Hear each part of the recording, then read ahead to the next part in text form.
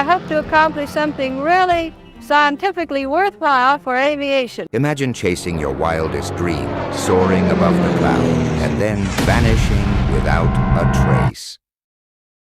Only a short time ago, Amelia Earhart checked over every detail of her $80,000 flying laboratory in preparation for her round-the-world flight.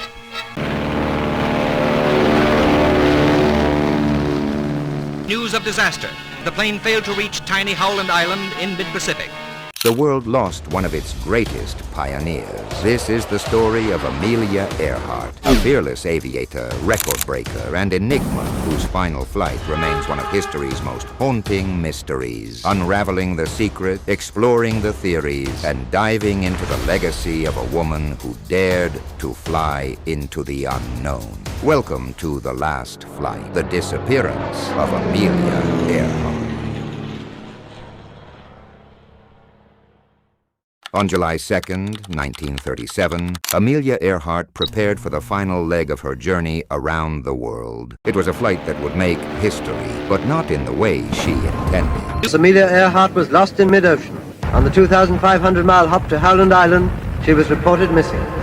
Born on July 24, 1897, Amelia Earhart was fearless from the start. Climbing trees, hunting rats, and even building a backyard roller coaster. She thrived on adventure. But at age 10, when she saw her first airplane at the Iowa State Fair in 1908, she was unimpressed. That changed on December 28, 1920, when a 10-minute flight changed everything. Now she was hooked. She saved every penny for flying lessons and soon bought her first plane, a bright yellow biplane she named the Canary. On October 22, 1922, Earhart set a world altitude record for female pilots, reaching 14,000 feet. On May 16, 1923, she became the 16th woman in the U.S. to earn a pilot's license. But it was on June 17, 1928, that the world took notice. She became the first woman to fly across the Atlantic. But as a passenger, headlines called her a hero, but Amelia felt like a sack of potatoes. She wanted to prove herself, and she did. On May 20th,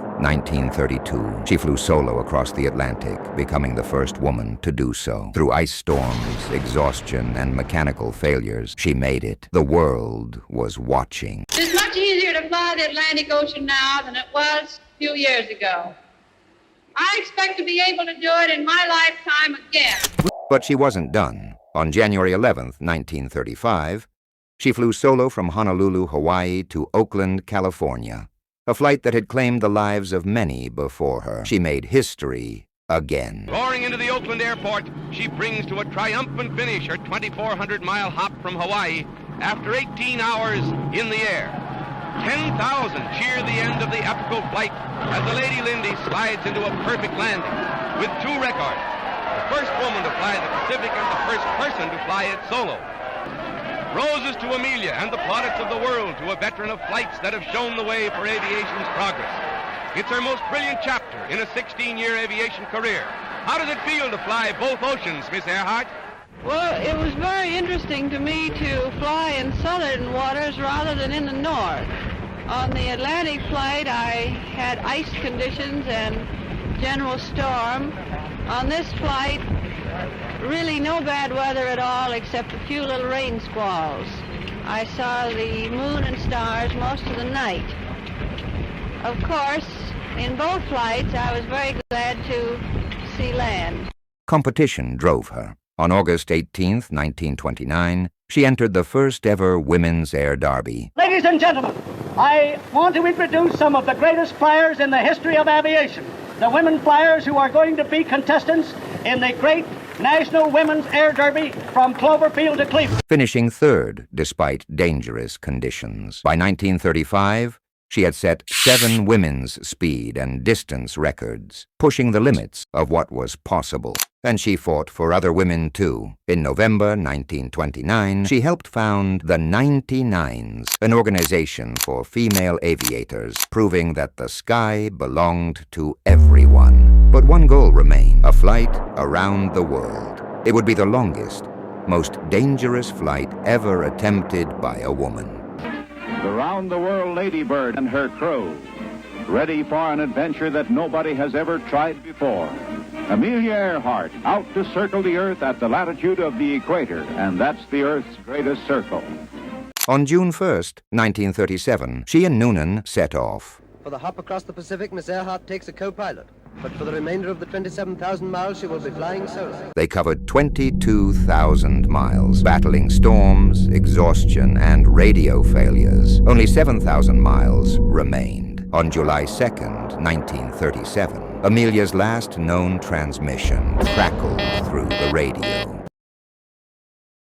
Miss Amelia Earhart was lost in mid-ocean. The largest search in aviation history followed. On July 19, 1937, the official U.S. Navy search ended. 250,000 square miles of ocean were searched. No wreckage, no bodies, no answers. The theories. Where did she go? The official theory. She ran out of fuel and crashed into the Pacific, but no wreckage has ever been found.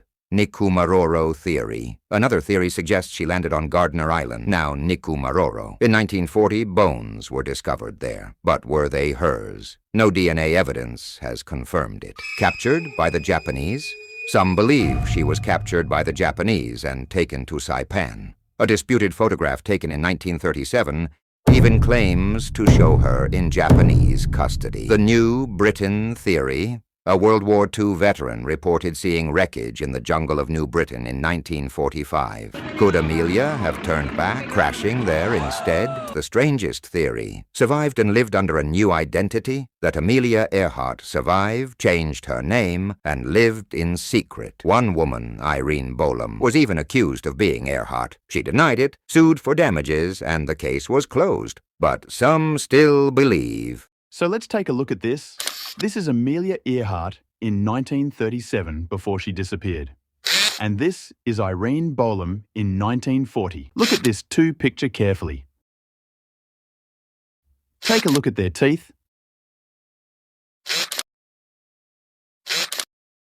Exact same teeth. Look at the third picture, analysing everything. Down here is Irene Bolam in 1965, and look at Amelia Earhart in 1937. She set out to make history. Instead, she became the greatest mysteries. The world is still asking, what really happened to Amelia Earhart?